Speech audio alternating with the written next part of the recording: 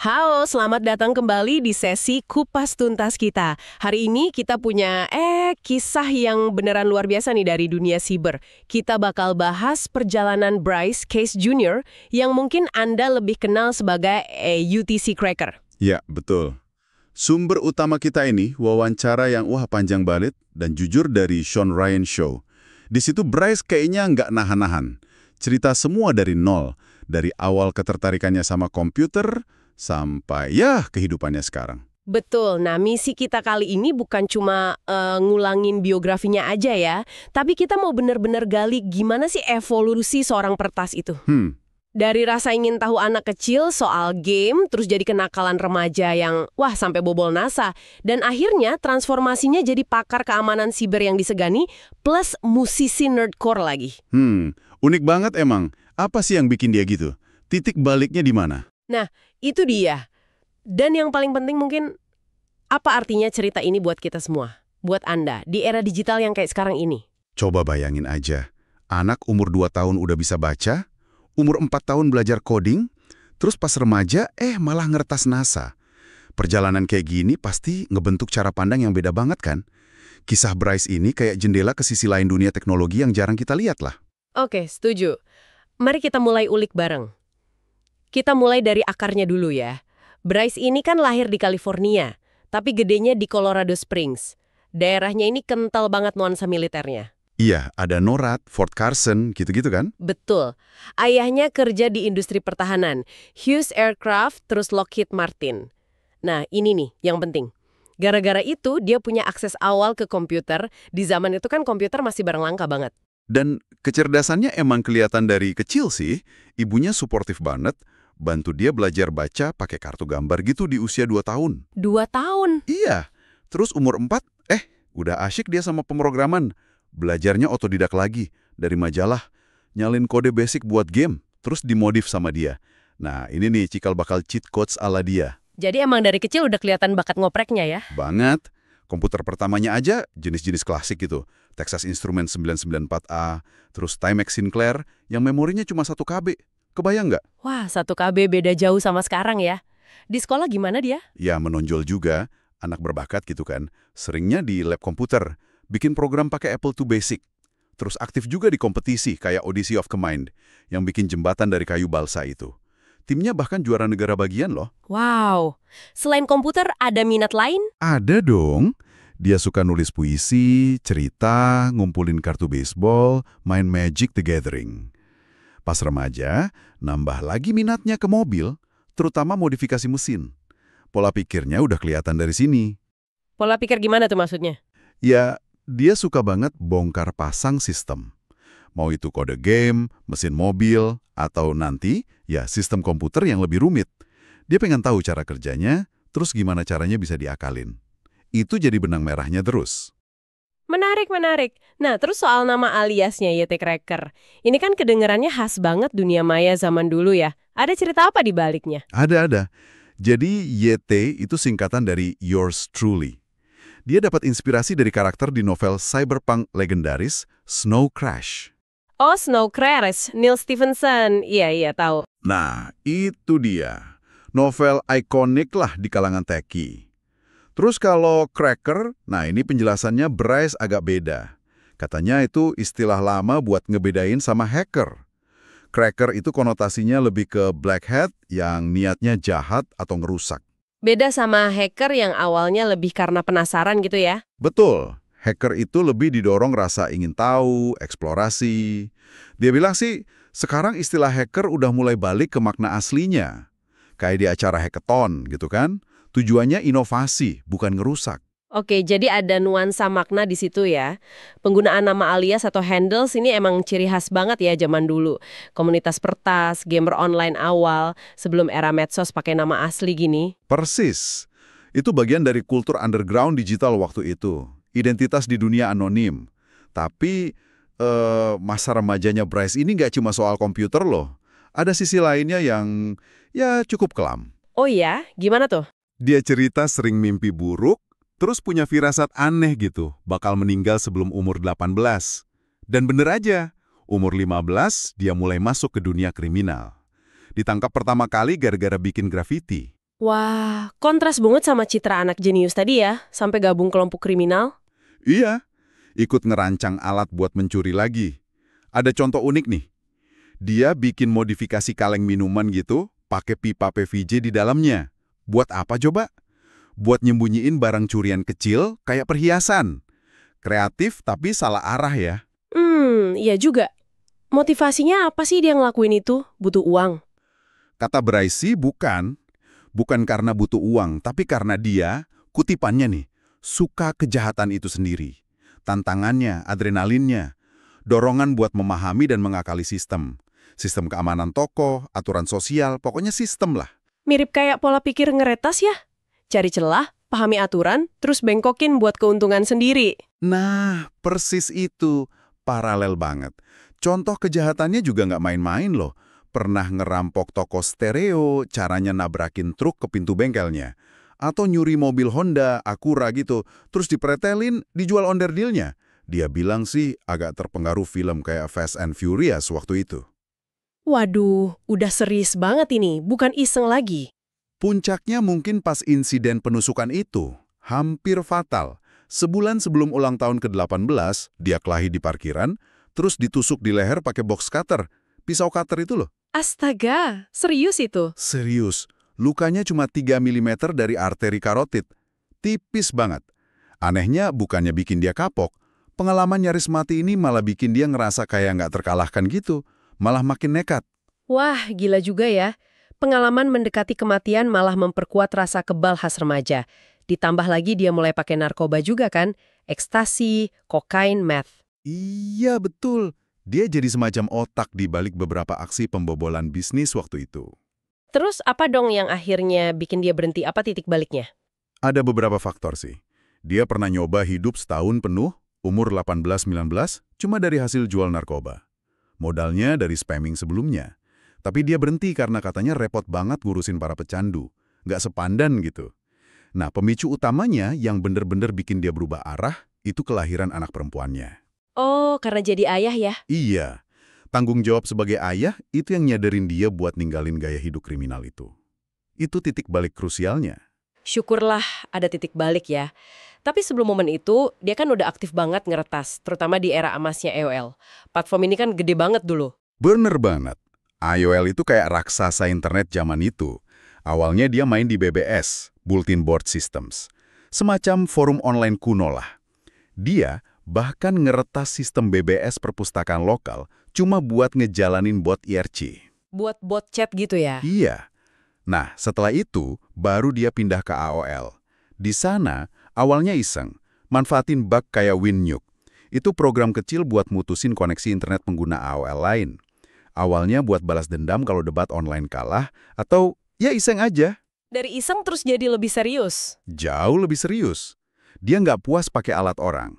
Dia bikin sendiri program, kayak AOHEL sama FateX. Ini alat buat otomatisasi serangan. Bisa kirim spam massal, mutusin koneksi orang, punting istilahnya, bahkan ngirim laporan palsu biar akun target diblokir. Wah, itu udah ganggu banget ya? Banget. Dan nggak berhenti di situ. Dia sampai masuk ke sistem internal AOL. Hah? Gimana caranya? Nah, ini levelnya naik lagi. Dia pakai teknik social engineering. Nipu staf AOL lah intinya. Pura-pura jadi karyawan atau apa gitu buat dapetin akses ke akun internal. Terus dari situ, dia pakai teknik reverse tunnel buat ngakses panel kontrol customer service internal namanya Chris.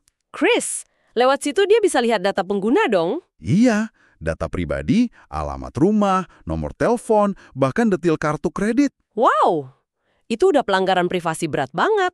Tujuannya apa? Nyuri uang. Nah, menurut pengakuannya sih, waktu itu motivasinya belum ke arah finansial langsung dari pengguna. Lebih ke unjuk gigi aja, pamer kekuatan sama dapetin screen name atau username AOL yang keren. Kayak bryce@aol.com gitu. Jadi dapetin username bagus itu kayak piala buat mereka ya? Bisa dibilang gitu. Di komunitas peretas AOL itu ada hierarkinya sendiri. Punya ruang chat privat, grup paling elit namanya Lithium Node. Mereka saling bagi teknik, bagi ilmu. Bryce sendiri ngaku sih, aksinya di AOL ini jelas masuk kategori black hat karena ngerugiin orang lain. Selain ngeretas akun, Dia juga pinter cari duit dari AOL kan, lewat spamming. Iya, ini sisi lainnya. Dia lihat peluang di basis pengguna AOL yang gede banget. Dan rata-rata punya kartu kredit. Dia bikin program buat nyedot alamat email dari chatroom otomatis. Target utamanya program afiliasi pornografi. Waktu itu katanya paling gampang dapat duitnya. Wah, pionir internet marketing juga dong dia ya. Bisa dibilang gitu. Dia pakai teknik afiliasi, free trials, continuity offers yang sekarang udah umum banget. Caranya, dia bikin landing page palsu, kadang pakai foto temennya. Terus kirim email spam seolah dari model itu. Di email ada link afiliasinya. Dia dapat komisi tiap ada yang klik, beli, atau daftar free trial. Penghasilannya berapa tuh waktu itu? Di usia 15-16 tahun, dia bisa dapat sekitar $1.000 per minggu. Gede banget kan buat anak umur segitu di tahun 90-an? Gila. $1.000 seminggu. Dan ya, aktivitas spamming masif kayak gini, yang dia dan banyak orang lain lakuin, akhirnya ikut mendorong lahirnya teknologi anti-spam yang kita kenal sekarang. Ada sebab akibatnya lah. Oke. Dari dunia AOL yang liar itu, dia naik level tantangannya, nargeting situs pemerintah. Apalagi nih motivasinya? Dia terasa butuh tantangan lebih gede. Ngeretas situs komersial udah biasalah buat dia. Target.gov atau .mil tuh lebih prestisius. Uniknya, dia ngaku ada sedikit rasa patriotisme juga. Pengen nunjukin betapa rentannya keamanan siber Amerika Serikat waktu itu. Dia gabung grup retas namanya Global Hell. Grup ini emang terkenal suka ngotorin situs gede, kayak whitehouse.gov, army.mil. Ngotorin maksudnya defacing ya? Ngubah tampilan halaman depannya? Iya, umumnya gitu. Bukan nyuri data rahasia. Dia pakai celah keamanan yang sebenarnya udah diketahui publik, exploit sama CDCS, DLL. Tapi dia modif dikit biar lebih manjur. Tujuannya lebih ke ninggalin jejak, kayak grafiti digital gitu. Dia bahkan bilang ini tujuannya positif. Nah, itu dia. Dia ngebela diri. Katanya, buat ningkatin kesadaran soal keamanan siber. Logikanya, kalau dikasih tahu baik-baik sering diabaikan, jadi mending diretas sekalian biar masalahnya diperbaiki. Dia nyebutnya hacktivism, aktivisme lewat hacking. Kontroversi sih emang. Kasus yang paling heboh ya pas dia ngeretas NASA, FAA, sama DCAA itu kan, sekitar November 1999 sampai masuk berita nasional. Iya, itu puncaknya. Meskipun nekat, dia ngaku sengaja nggak terlalu nutupin jejak. Merasa masih di bawah umur, hukumannya nggak bakal berat. Dan bener aja, ketangkep setelah teman segrupnya ada yang ceroboh, FBI sama NASA datang bawa bukti segunung. Terus hukumannya gimana? Penjara? Enggak, cuma masa percobaan sama denda restitusi yang lumayan gede, 60-70 ribu dolar. Anehnya, catatan kriminal ini ternyata nggak jadi penghalang besar buat karir profesionalnya nanti. Ini juga menarik sih. Oke, selepas era AOL dan ngeretas pemerintah itu, dia nggak berhenti kan, malah bikin forum online sendiri, Digital Gangsters atau DG. Forum apa lagi nih? DG ini kayak rumah baru buat komunitas peretas, internet marketer, sama gamers setelah AOL mulai turun pamornya. Aktivitas awalnya masih ada unsur nakal dikit lah, saling bagi trik bikin kupon palsu buat dapat makanan gratisan. Tapi forum ini juga terkenal gara-gara kontroversi anggotanya kan? Banget. Banyak insiden heboh yang akarnya dari anggota DG. Misalnya, yang ngeretas ponsel sidekick Paris Hilton itu, passwordnya nama anjingnya, Tinkerbell. Pelajaran klasik soal password lemah ya. Tinkerbell. Iya, seringkali celah termudah justru dari situ ya. Tepat. Akibatnya, kontak seleb sama foto pribadi Paris Hilton bocor. Sesuatu yang sekarang disesali Bryce karena pelanggaran privasi berat. Mereka juga pernah ngeretas akun MySpace pendirinya, Tom, terus Tila Tequila. Akun Twitter Obama juga pernah dibobol anggota DJ. Dipakai buat posting link afiliasi kartu bensin gratis. Kebocoran foto Miley Cyrus juga dari sini. Bikin traffic forumnya meledak. Wah, daftar prestasinya panjang juga ya. Tapi di balik sensasi itu, tujuan utama forum DG ini apa sih sebenarnya? Kata Bryce, di luar kontroversi itu, DG sebenarnya diniatin jadi tempat belajar dan berbagi ilmu. Coding, hacking, internet marketing. Ada budaya mentor-menti informal gitu.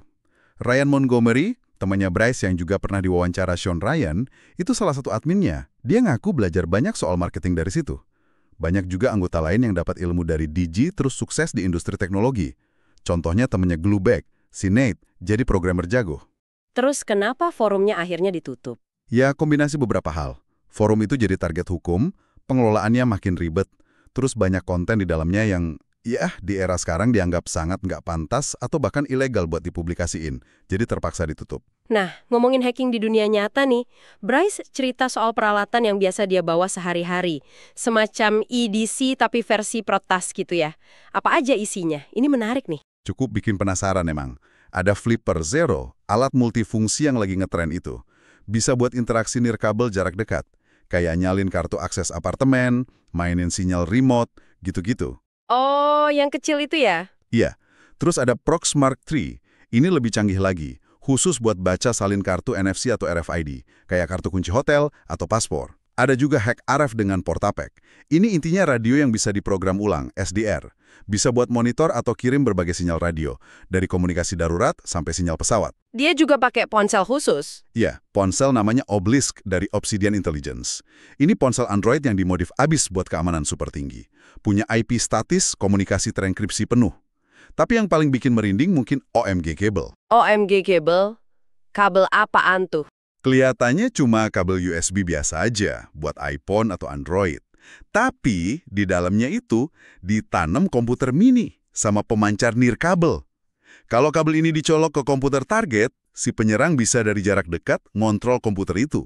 Hah? Serius? Serius! Bisa ngerekam semua yang diketik, keylogging, nyuri data. Ini mirip alat mata-mata canggih ala NSA, tapi sekarang teknologinya bisa dibeli bebas. Ini contoh nyata bahaya dari perangkat fisik yang kelihatan sepele. Gila ya, kabel USB biasa bisa jadi alat mata-mata, itu benar-benar ngubah cara kita mandang keamanan perangkat sehari-hari. Terus gimana dengan karir profesionalnya sekarang, setelah semua kontroversi masa lalu itu? Nah, ini bagian yang mungkin paling ngejutin. Karirnya justru sukses banget. Dia kerja di salah satu perusahaan teknologi raksasa dunia. Tugasnya, ngembangin senjata siber defensif. Intinya, dia sama timnya nyari celah keamanan di produk perusahaan mereka sendiri sebelum orang jahat nemuin. Jadi kayak white hat sekarang ya? Bisa dibilang gitu. Fokusnya belakangan ini banyak di keamanan Internet of Things, IoT. Perangkat pintar yang nyambung internet itu loh. Ironisnya, setelah dulu ngerata sistem besar, sekarang dia dibayar mahal buat nyari celah keamanan. Peran yang 180 derajat beda. Dia masih aktif red teaming juga, simulasi serangan gitu? Masih. Dia terlibat pengujian keamanan sistem sama program bug bounty buat berbagai klien, termasuk pemerintah asing kayak UEA, terus di AS juga Angkatan Udara misalnya. Pandangannya soal keamanan siber AS gimana? Nah, itu dia. Dia kasih nilai C+. Katanya area serangannya terlalu luas, terus birokrasi sering bikin lambat respons. Pengalamannya di industri aplikasi kencan juga menarik tuh. Pernah. Dia sempat jadi kepala keamanan di Grindr, aplikasi kencan buat komunitas gay itu. Tantangannya di sana unik banget. Sensitif soal privasi data lokasi pengguna. Apalagi di negara yang mengkriminalisasi homoseksualitas. Ini nunjukin kompleksitas isu keamanan siber ya. Pertanyaan besarnya, kok bisa dia dapat kerjaan-kerjaan keren itu dengan latar belakangnya yang berwarna?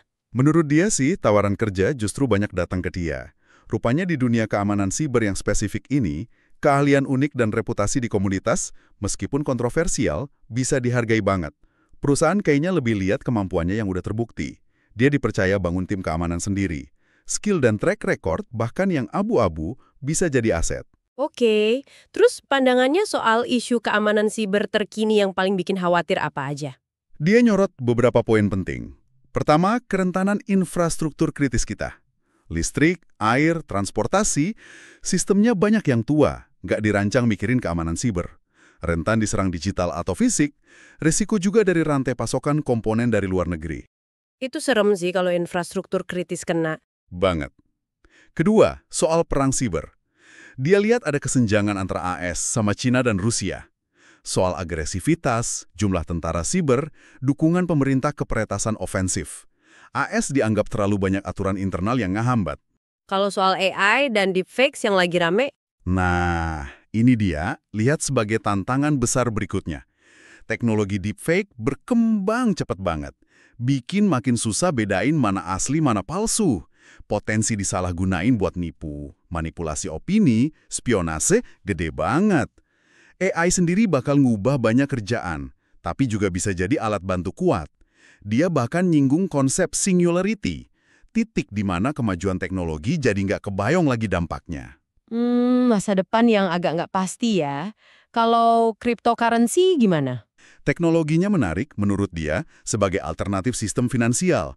Tapi risikonya juga ada, tanggung jawab keamanan di pengguna sendiri, terus potensi disalahgunain buat kontrol kalau pemerintah adopsi CBDC. Tapi dia yakin Bitcoin gitu susah dilarang total. Buat komunikasi aman sehari-hari, dia rekomendasiin Signal, karena enkripsi end-to-end dan open source. Tapi dia nekenin, seringkali lemahnya bukan di aplikasi, tapi di keamanan HP kita sendiri.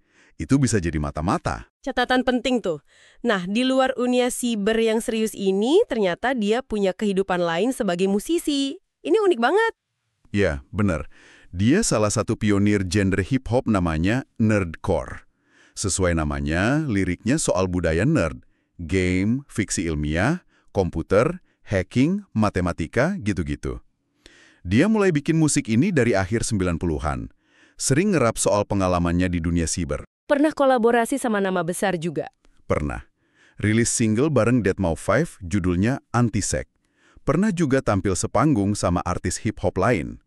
Buat dia, musik ini bukan cuma hobi, tapi cara ekspresi diri dan mungkin inspirasi buat anak muda biar tertarik coding dan teknologi. Oke, sebagai penutup perjalanannya nih, apa refleksi pribadinya yang paling menonjol sekarang? Dia berkali-kali bilang jadi ayah itu prioritas utamanya sekarang. Terus, ada fakta unik lain, secara teknis, dia itu matematikawan terpublikasi. Pernah nyumbang 2 sekuens angka ke OEES, database matematika penting. Intinya, dia percaya kesempatan kedua dan pentingnya belajar dari masa lalu buat jadi lebih baik. Jadi itulah ulikan kita ya tentang perjalanan luar biasa Bryce Case Jr. alias YT Cracker. Dari anak ajaib komputer, jadi perhatas remaja yang bikin geger, sampai akhirnya jadi pakar keamanan cyber dan musisi. Kisahnya ini kaya banget pelajaran. Soal dahsyatnya rasa ingin tahu, konsekuensi tindakan, tapi juga soal potensi manusia buat berubah. Sekarang kita hadapi kebutuhan mendesak soal keamanan, etika, tanggung jawab. Ini juga ngingetin kita soal kompleksitas individu di balik layar teknologi yang kita pakai tiap hari. Perjalanan dari topi hitam ke topi putih, atau mungkin lebih pas topi abu-abu ya. Betul. Motivasi dan perspektif bisa berubah banget seiring waktu dan pengalaman hidup. Nah, itu dia. Oke, sebagai penutup dan bahan renungan buat Anda nih, mari kita pikirkan bareng. Di dunia yang makin dibanjiri deepfake, AI yang makin canggih, ancaman siber yang makin pintar dan gampang diakses siapa aja, gimana Anda sebagai pengguna bisa verifikasi kebenaran informasi yang Anda lihat atau dengar? Tantangan besar itu. Bagaimana Anda melindungi diri saat melihat belum tentu lagi berarti percaya? Dan yang lebih penting mungkin, apa peran dan tanggung jawab kita masing-masing dalam menjaga ekosistem digital ini tetap aman dan sehat buat semua? Pertanyaan bagus buat direnungkan. Pikirkanlah. Sampai jumpa di sesi kupas tuntas berikutnya.